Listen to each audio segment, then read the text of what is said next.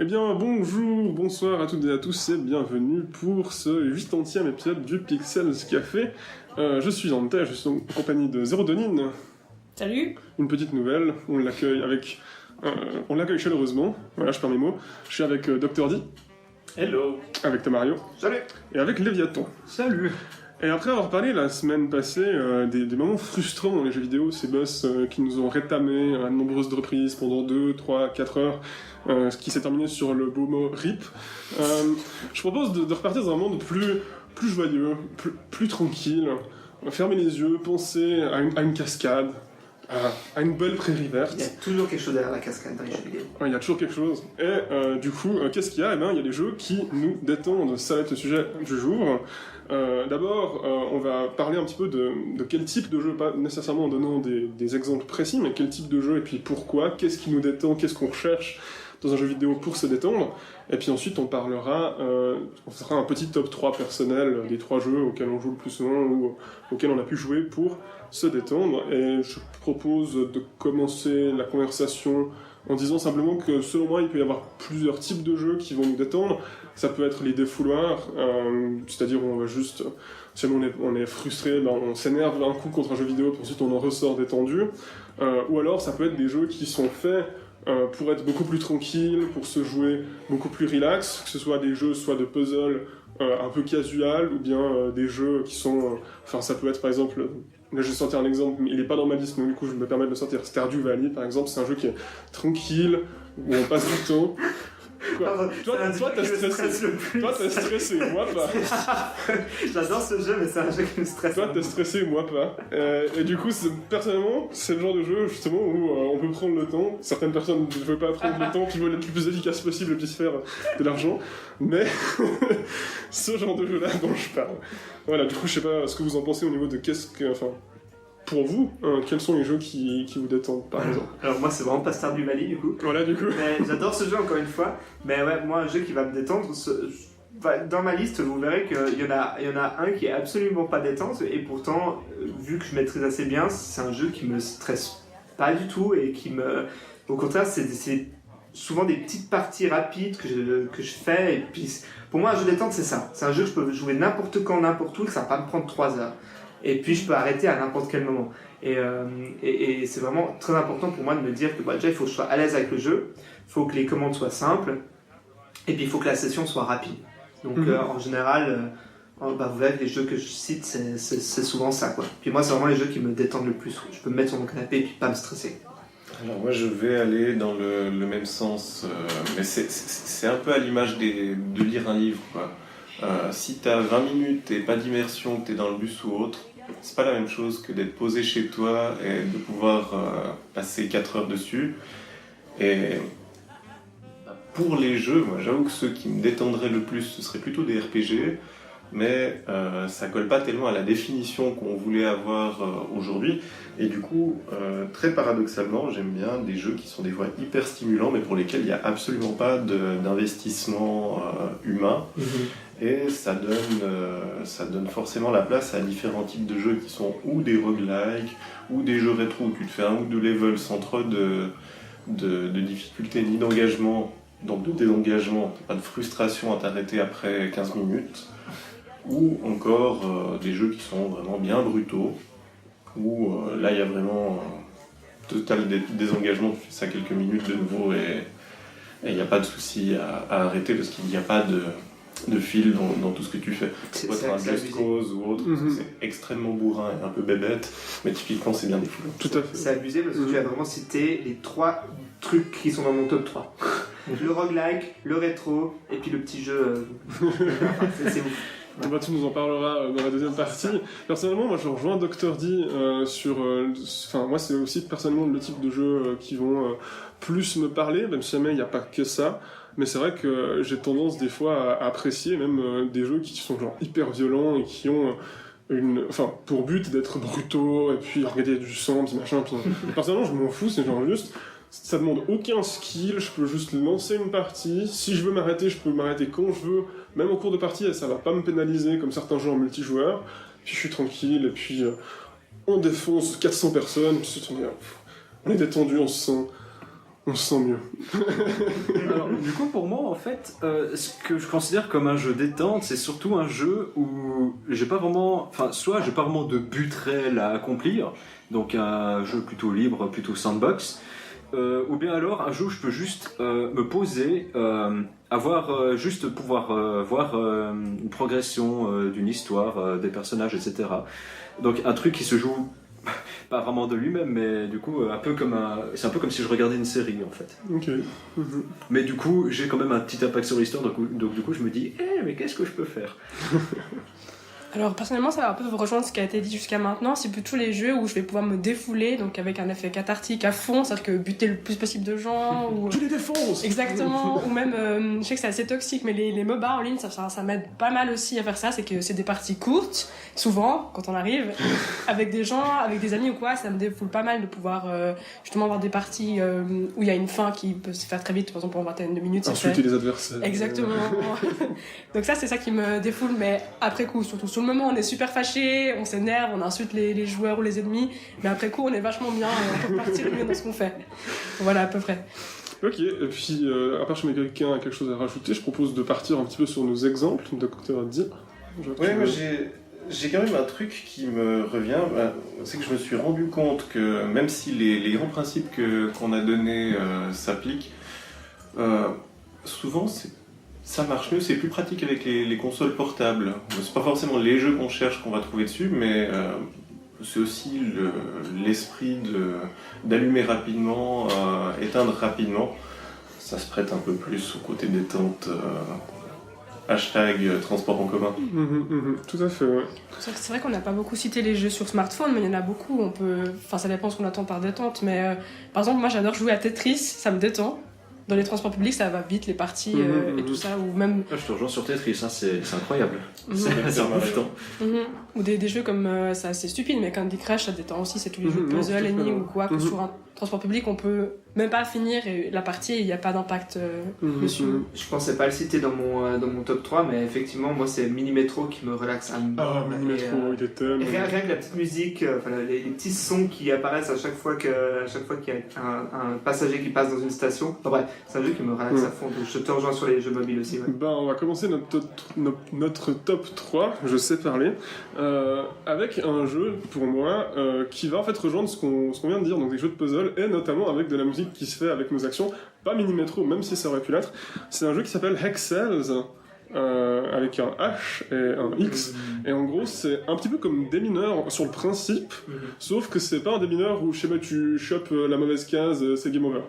C'est genre, c'est tranquille, déjà dans le jeu, c'est genre un petit son ambiant comme ça, petite note qui reste comme ça, et dès qu'on commence à cliquer sur les cases, vraiment ça joue comme des mineurs, donc c'est-à-dire on peut casser des cases, et du coup ça va nous dire combien il y a de mines, je mets des guillemets parce que c'est pas vraiment des mines, mais combien il y a de cases à ne pas cocher aux alentours, et ensuite on va devoir déduire ou cocher les cases pour ensuite finir le tableau.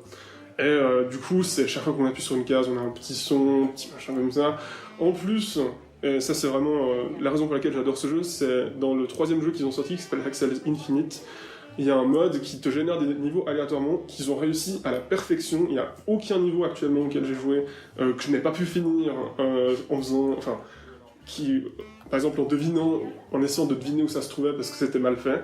Chaque fois c'était réussi, et ça veut dire qu'on en a de moins 9999 à plus 9999 de niveaux aléatoires disponibles. Donc c'est vraiment le jeu genre infini au niveau de la détente. Tu peux lancer une partie, ça prend entre 2 si jamais c'est un tout petit puzzle, ou 15 minutes si jamais c'est un grand, et puis c'est tranquille. Et puis si jamais tu fais des fautes, c'est pas grave, etc. C'est vraiment le genre de petit jeu que tu peux lancer comme ça, et puis ça marche bien. Dans la continuité de ce que tu dis, et puis aussi pour les jeux smartphones, il y avait à l'époque était sorti le jeu Guitar Hero sur OS, et je crois que c'était vachement bien le principe aussi par rapport aussi à la musique, qu'on peut vraiment s'immerger dans une partie, c'est rapide, ça dure une chanson 4-5 minutes, et on est vraiment à fond dedans. Je sais pas si quelqu'un y a joué, mais je trouve que la plateforme était vachement bien faite sur smartphone, et même comme on disait avant, c'est plus difficile d'allumer ou quoi une console plus importante, mais même sur Wii ou d'autres plateformes, c'est sympa aussi de faire 2-3 parties. Je trouve que le côté où on s'immerge vraiment avec la guitare et on est à fond dans les notes, ça me détend beaucoup. Du coup, ça c'est ton numéro 3 ? Ouais. Ok. C'est juste pour savoir si tu rebondis ça juste à ce que je disais. Du coup, Dr. D, on fait le tour de table. Moi, comme vous savez, je triche. Souvent, j'ai des ex-aequo. Et dans le style des jeux défoulants, il y en a 2 qui m'amusent beaucoup. J'aimais beaucoup la chasse aux terroristes dans Rainbow Six, en particulier le 2, parce que c'est complètement nanardesque. Rien que la discussion avec les terroristes, déjà tu te payes des barres de rire, c'est plus sympa à 2 d'ailleurs.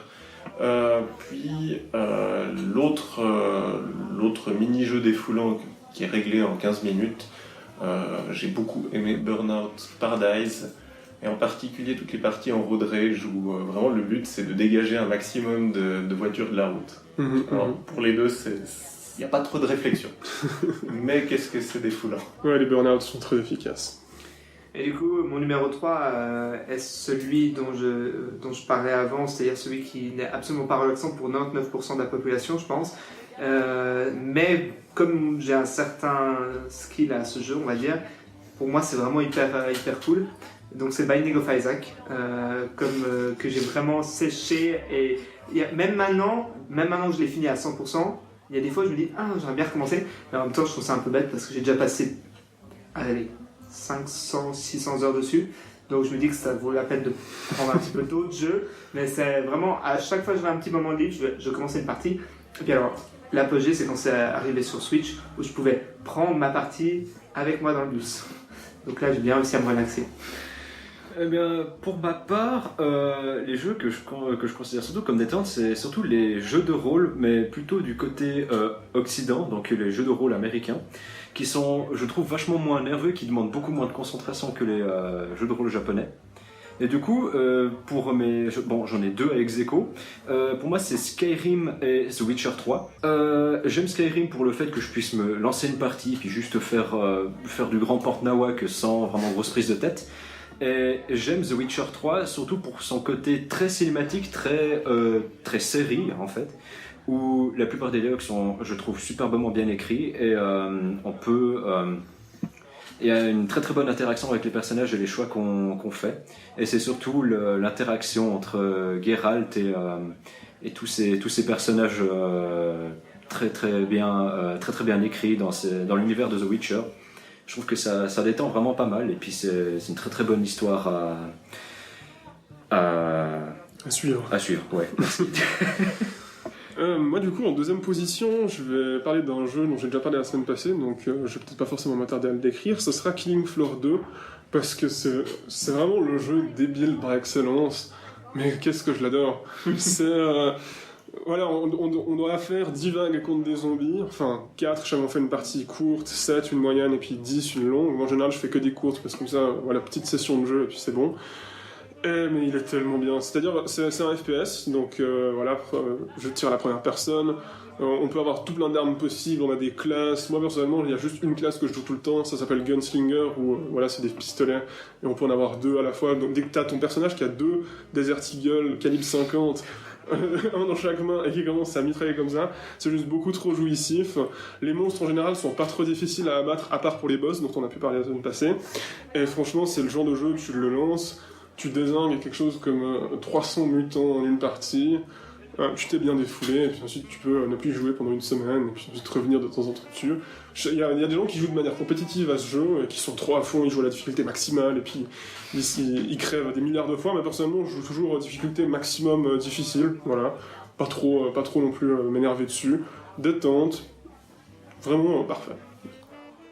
Okay. Pour rebondir sur ce que tu as dit par rapport au défouloir, moi j'aime beaucoup aussi la saga Just Cause, qui est rapport aussi avec GTA, et c'est tellement bien de pouvoir faire une mission sabotage où on fait vraiment n'importe quoi. En plus, dans le dernier opus, on a aussi la Wing Suite, donc on peut vraiment faire n'importe quoi avec le grappin et tout. Et je trouve que le côté détruire par rapport aussi au communisme, enfin le capitalisme et le communisme qui s'opposent, c'est vraiment hyper marrant de pouvoir tout faire. Si je peux me permettre une anecdote par rapport aux 3, le gros problème que j'ai eu, c'est que moi j'ai commencé le jeu, dès que j'ai eu la wingsuit, je me suis dit c'est trop bien, je fais même pas les missions, je fais que du... Elle est chiante à force. Hein. Ouais, non, en fait le gros problème c'est que du coup j'ai vraiment capturé toutes les bases sans faire les missions, et du coup je me suis dit bon, je vais peut-être quand même faire les missions, sauf que du coup moi les bases étaient vides. Oui. C'était pas pratique. Donc du coup, finalement, j'y ai joué genre 30 heures pour tout faire sans l'émission, et puis ensuite j'ai arrêté d'y jouer parce qu'il n'y avait plus beaucoup d'intérêt. Mais ça détend aussi du tonnerre. Alors moi je vais enchaîner avec un jeu qui te détend si tu es capable de relativiser, parce que dans le cas contraire c'est le jeu du sel de l'extrême.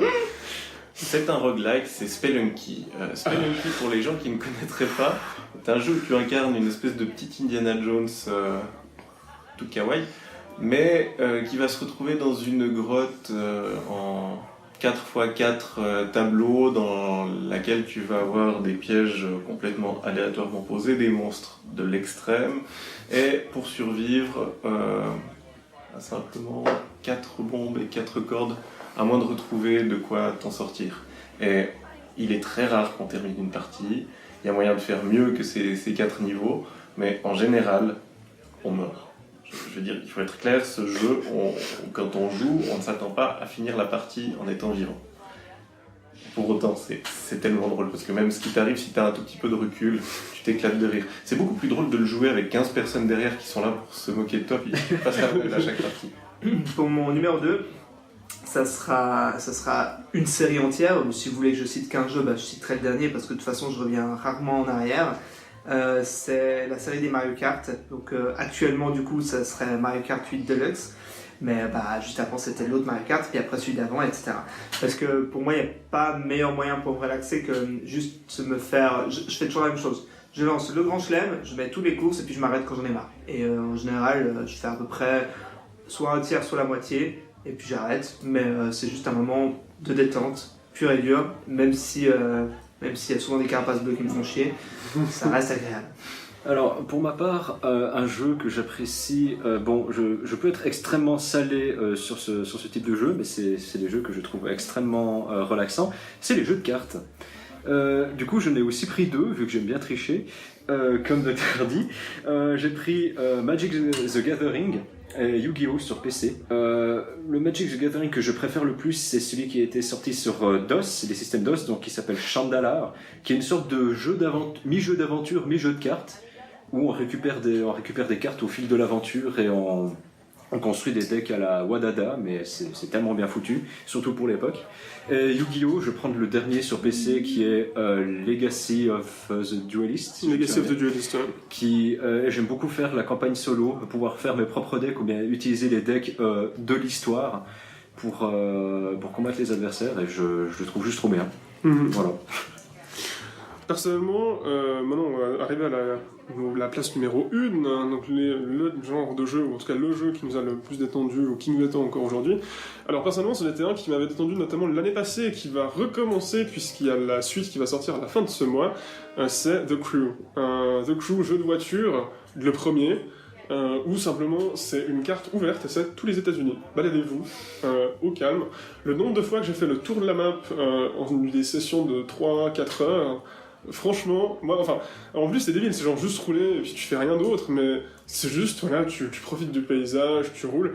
Et pour le 2, j'ai pu tester la bêta parce qu'on avait reçu des codes pour la Gamescom, et là ils ont rajouté les avions et les bateaux, et on peut switcher de moyens de transport à n'importe quel moment. Donc c'est-à-dire que t'es en train de rouler, ouais non, alors, je vois Dr. Day ici. J'imagine l'avion, puis d'un coup tu switches la voiture qui tombe comme une... Tout à fait, et tu peux aussi faire ça pour le bateau. Ça c'est très drôle. Et non mais vraiment, alors ça, tu peux changer de moyen de transport absolument tout le temps. Tu t'embêtes un petit peu en voiture, tu pars en avion et tu commences à faire des acrobaties, tu te dis que tu veux peut-être visiter l'eau, tu vas au-dessus d'une rivière, avec ton avion tu te lâches en bateau et tu continues. C'est vraiment, mais genre, The Crew, mais en 1000 fois mieux, quoi. En tout cas 3 fois mieux, parce qu'il y a 3 fois plus de... Mais voilà, personnellement c'est le genre de jeu où tu te prends pas du tout la tête, t'as même pas besoin de réfléchir, tout roule, tu voles, et tu flottes. Et c'est bien. Ok, alors perso, en première position, j'ai tous les jeux de simulation. Donc, les Sims, SimCity, etc. Mais je trouve que Bon, là, j'y passe plusieurs heures, mais passer 3, 4 heures, 5 heures, le temps passe tellement vite. À faire une maison dans les Sims ou un quartier, c'est incroyable, ça détend, on fait ce qu'on veut, on se sent un peu le dieu du monde. Alors, ça va vachement bien pour détendre. Ça te détend pas. Ça stresse. Moi, ça me stresse trop. J'adore aussi, mais ça me détend pas. Symétrie. Mais même les musiques, moi, je trouve qu'après, au bout d'un moment, ça détend. Ouais, les musiques, Ça tout à détend. fait. Détendante. Ouais, détendante. Ouais, on ne dissertera pas sur le choix des mots. Moi, mon dernier, c'est une centaine de derniers ex aequo, mais je parlais des jeux rétro. Globalement, c'est la série des Megaman avec quelques infidélités via les Mario et Kirby. Notamment le New Super Mario 2 sur 3DS a été très addictif parce qu'il y avait encore un petit défi supplémentaire qui était inutile. C'était de réussir à collecter, je sais plus, 1 million ou 1 milliard de pièces. 1 million, ouais. Il était cool ce jeu. Et je l'ai refait jusqu'à obtenir toutes ces pièces. Ça a bien marché. Bah du coup, voilà, tu as spoilé, enfin non, j'ai spoilé directement. Moi, c'est vrai que ma première position, c'est aussi les jeux rétro. Et je voulais en citer 3 particulièrement parce qu'il y en a plein que j'adore, mais ça sera surtout des jeux Super NES, la plupart du temps, ou NES. Et puis j'ai une petite exception, donc bon, bref, dans les jeux que je vais citer, il y a le Super Mario Bros 3, qui est pour moi mon Mario préféré, le Donkey Kong Country 1 ou 2, mais on va dire le 1 juste par principe. Et puis, alors celui-là c'est moins détente généralement, mais quand même, le deuxième Tomb Raider qui est sorti sur PS1. Donc, détend. Ouais, moi ça me détend à fond, parce que je le connais par cœur, et puis que du coup je l'adore ce jeu. Donc voilà, moi, c'est vrai que le rétro en général, juste rallumer une ancienne console avec les styles, c'était simple à l'époque, et c'était mieux, hein. Déjà, C'était tu mieux es avant. détendu parce que t'as pas 5 minutes de chargement. Exact. Et de didacticien, parce qu'à l'époque, ces didacticiens n'existaient pas. C'est ça, normalement les gens ils allument leur console, maintenant nouvelle génération, t'as pas encore chargé le jeu que l'autre, le joueur classique, il est déjà mort 3 fois sur Zelda 2. Voilà. Alors, du coup, pour ma première position, je vais parler de ce que je considère le jeu le plus détendant du monde, Minecraft. Vous me mettez devant Minecraft, j'arrête de m'énerver, j'arrête de stresser, c'est essaiera. incroyable. Pas en multijoueur. Mais pas multijoueur, ça c'est sûr. Ça, c'est Mais comme une rien que le addiction. fait par exemple de me mettre en mode créatif et de faire des Non, lui. et de faire des statues, de faire quelques statues en briques ou bien juste de faire une maison à la con. C'est juste génial. Ouais, j'avoue. Minecraft pour moi c'est le Minecraft, c'est le- très bon, ouais, effectivement. super. Et du coup, c'est sur ces mots qu'on va se quitter.